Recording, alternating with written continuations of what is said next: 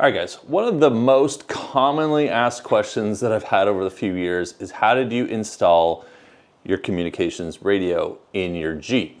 So today, I'm gonna answer that question because we've got to install my Yaesu radio in the Demonator. Now, I've got this bin of parts and cables because, well, I sold the Wrangler, guys. The EcoDiesel is gone, so I ripped everything out and we're gonna do a fresh install on the Gladiator. So I'll show you guys how I'm gonna route these cables from the engine bay into the cab of the Jeep, as well as how I'm gonna mount the antenna, because we have an external antenna, how I'm gonna run that cable and finish up all the mounting. And, oh, I've got something new. Epic sent me their latest product. I don't know if you guys have seen this, but since we're doing some wiring, I figured I might as well fire this in here. This is the Epic Wizard.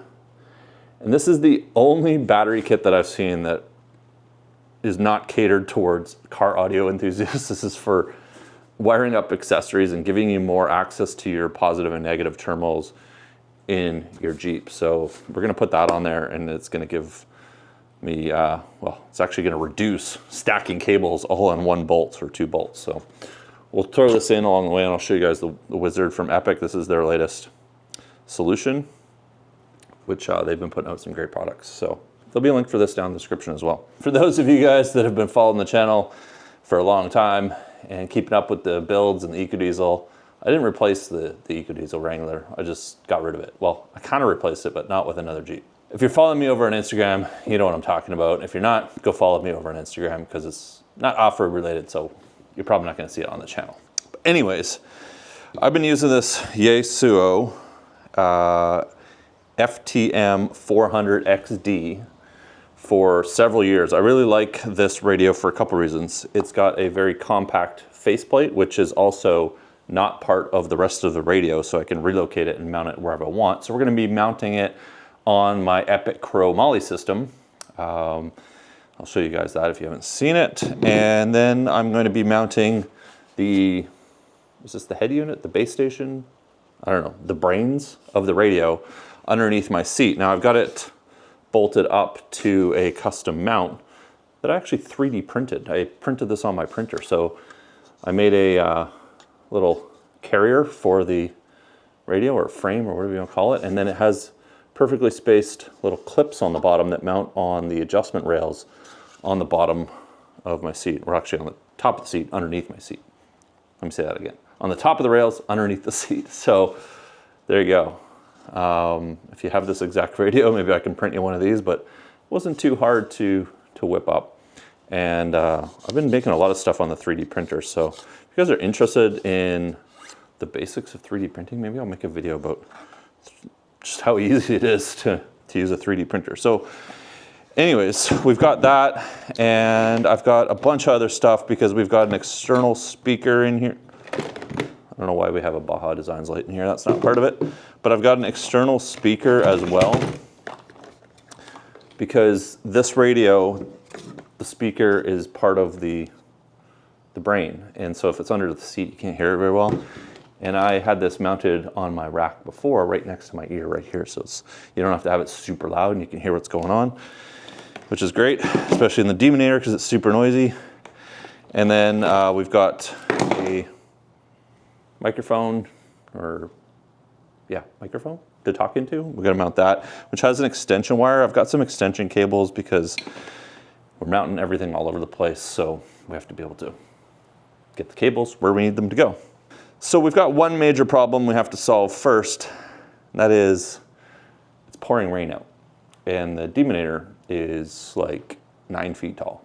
Well, not quite, but it's way taller than my garage, which is about 7 feet at the entrance. So I'm gonna see if I can get the front end in here because I need to take the Freedom panels off so that I can see what I'm doing, pulling some of the trim down and routing some of these cables.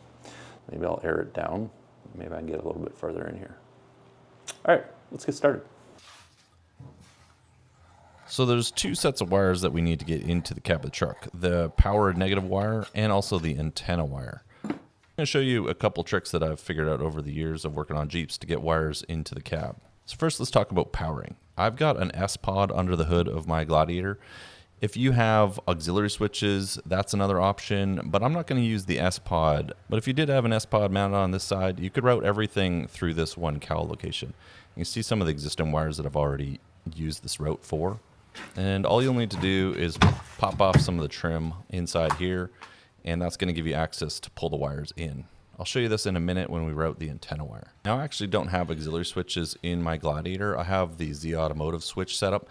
But if you had auxiliary switches, the wires are going to be mounted in the same location right underneath here, and you can pull power from there, or you can actually pull power from underneath the dash, which is a lot easier. Because if you have auxiliary switches, you have wires underneath the hood and the dash. If you don't have either of these options, you could power your radio right off the battery as well.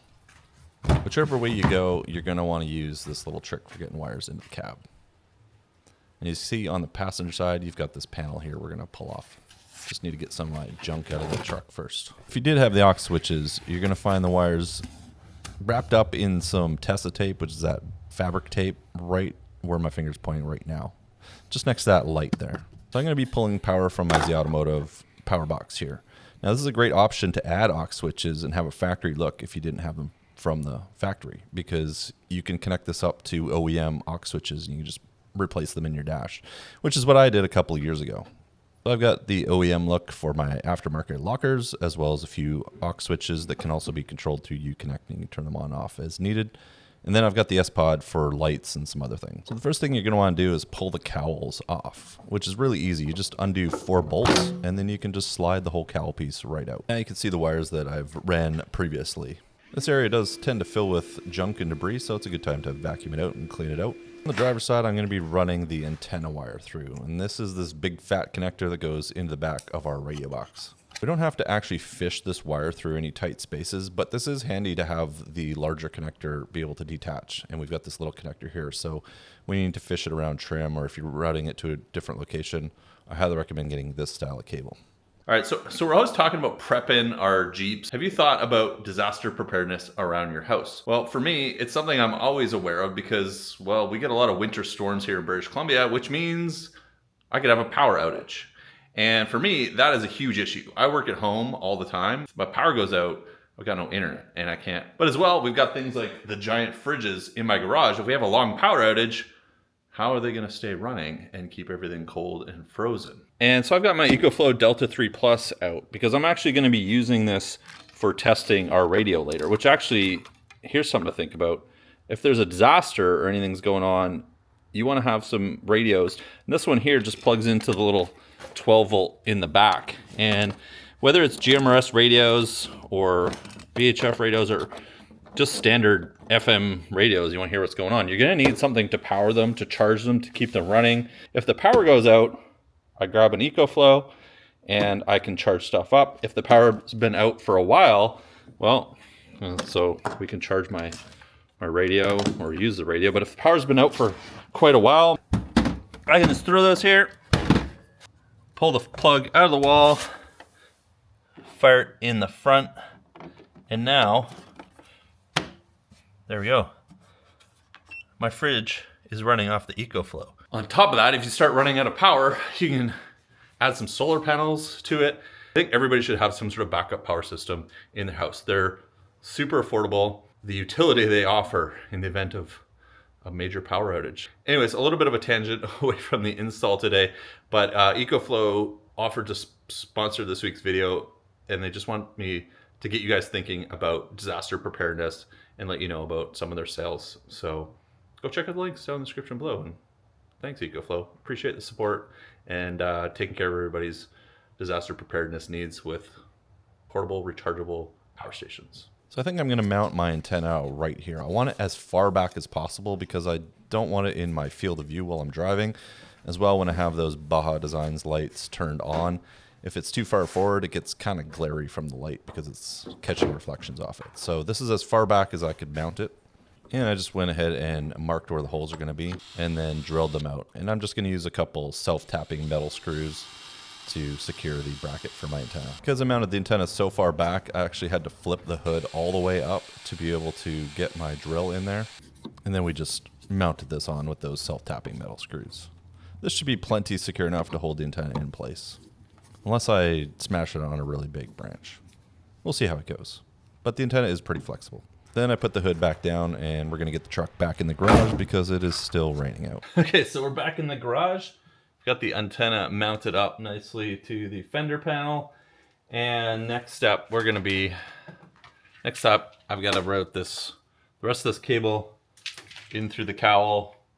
And we're going to pop the trim piece off, and then we can figure out where this is going to go from there, because the radio is going to be underneath the seat. All right, let's get going. If you're going to be doing any kind of interior work in your Jeep or any other vehicle, I highly recommend picking up a set of these plastic trim removal tools. That means you're not going to have to use a screwdriver and end up marking up your plastic. Also makes prying these off a whole lot easier. Now that the cowl's off and that plastic trim is off, you can see where I routed the wire before from my S-Pod control panel. And this is going to let us run our antenna wire later down and through the trim. We'll get to that in a minute. I highly recommend removing your freedom panels if you're going to be doing work. Now, I wish I was able to do this out in my driveway because I don't have a lot of headspace with my garage door, but this is going to make things a lot easier for running wires and just seeing what you're doing, as well as getting some light in your vehicle. Next, I'm going to pull down some more of the trim around the sport cage. I'm going to pull the front piece off over the driver's side because we're going to need that off so we can get access to the next piece. Pretty straightforward. There's just 4 Torx bit screws in there. I highly recommend also having a set of Torx bits in your toolbox if you're doing any work on your Jeep, because they seem to use them all over the place. Then you can just pop that piece of trim right off. Now I need to loosen the piece of trim that runs up the B-pillar, which means I need to loosen off the bolts behind the grab handle here. There's a couple covers that are really easy to pop off, and then there's 2 10mm bolts that you're going to pull out. Probably want a deep socket or an extension because they're in there a little ways. Next, I'm going to pull down the trim over the sport cage.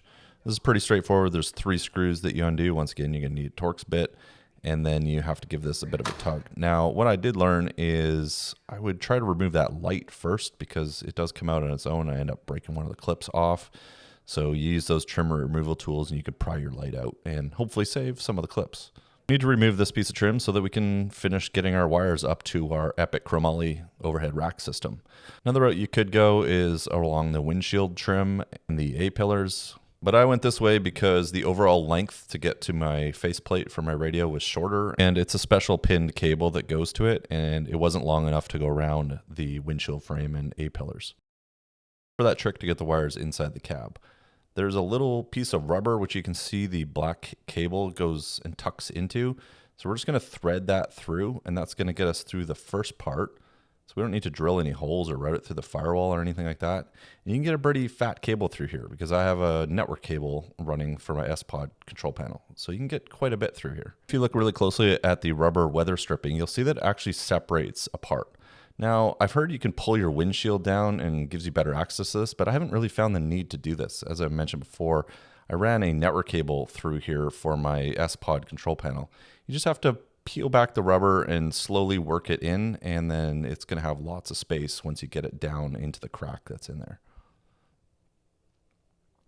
It's actually surprising just how much space it is in there. And we can do the same thing on the passenger side as well. And then just follow the rest of the weather stripping down and into that area that we opened up by removing that trim panel. And that's going to allow us to get our cable all the way to the floor. Sorry for the camera being out of focus here. It keeps jumping around.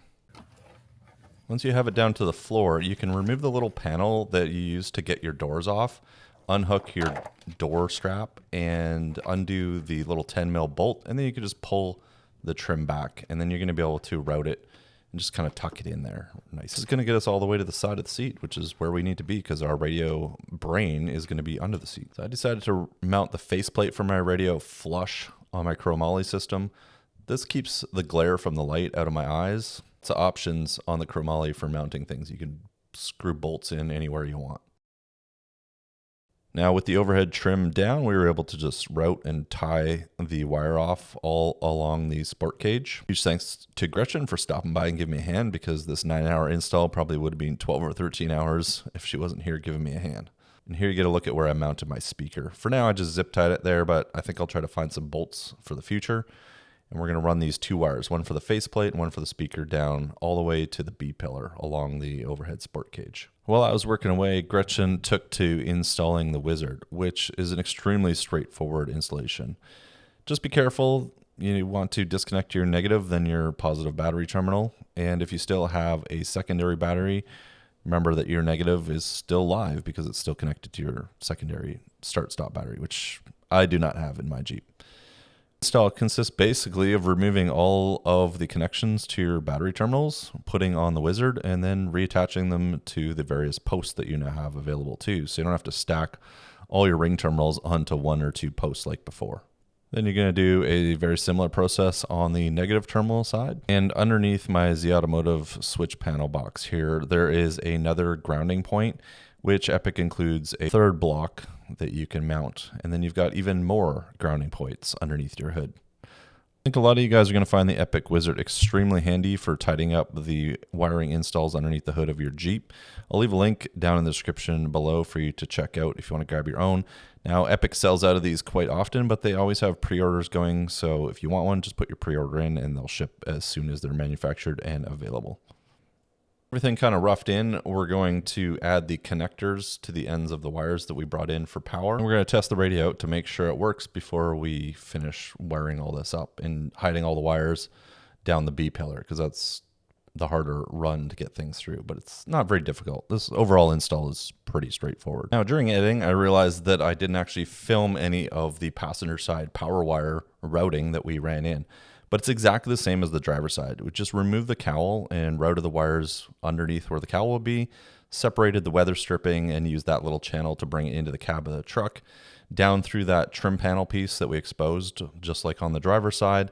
Then I just zip tied it to existing wiring loom from the factory all along the footwell on the passenger side. I used a fish tape to poke it through the center console, and then same thing, just attached it to some existing wiring loom under the driver's side footwell, and then follow the same trim piece that we already had out and routed the antenna wire through. I want to make a quick note about how I connect wires together. I used to solder wires, but I had been doing some reading about solder being brittle and not the preferred method for connecting wires in vehicles that vibrate a lot.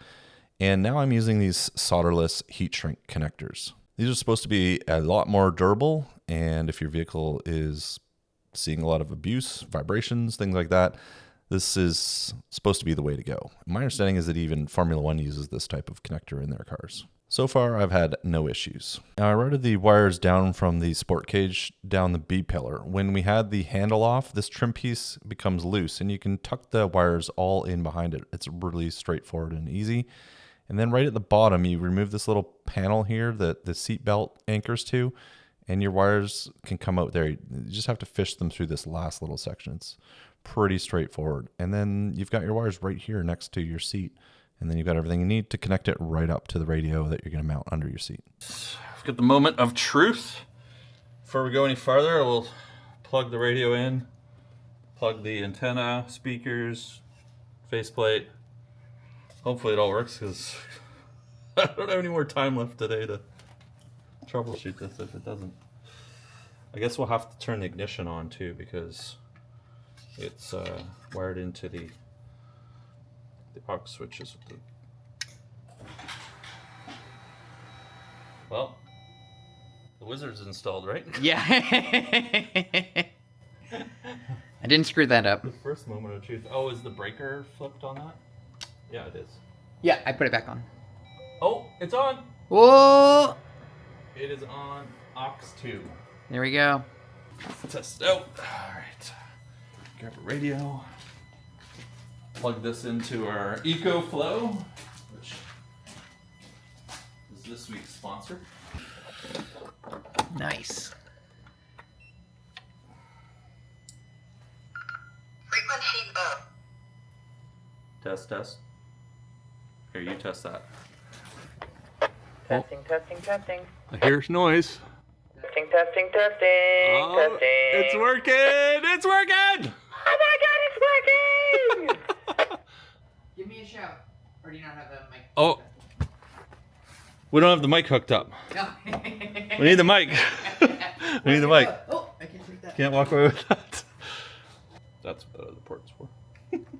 Oh, I didn't wire the mic through here yet. Gotta run the mic through the trim. Oh my goodness. Let's call that good. Woo! With everything tested and ready to go, I disconnected it all again from the brain box and then pulled the wires through under the seat and reconnected them all. This mount works is it just clips onto the adjustment rail. And there's nothing much else to it. And then we're just going to tidy up the rest of the wires. And there's another look at things after I tidied up the wires the best I could. It's under the seat, so I wasn't super concerned.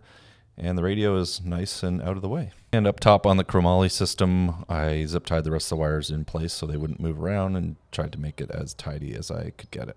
But here's a look at it from the top. I'm not going to see most of this because I usually have my freedom panels on. Pick up a chromoly system for yourself. There will be a link down in the description. As for the mic, I routed the cable along the sport cage underneath my grab handle, put a couple zip ties in place, and then I used this little retractable keeper that I zip tied on to the sun visor. And this keeps my mic up and out of the way, but I can easily pull it and use it when needed. From my seating position, I can still see the radio to make adjustments as needed, but it's not in my line of sight, so the light that it casts isn't going to affect my vision at night when driving. Here's a final look at the antenna. Pretty simple and straightforward. I'm happy with this. If you enjoyed this video, I'd appreciate it if you hit that like button. And if you have any questions, leave them down in the comments below. I upload new videos every week, so hit that subscribe button if you want to see more videos like this. My name's Casey. Thanks so much for watching, and I'll catch you guys in the next video.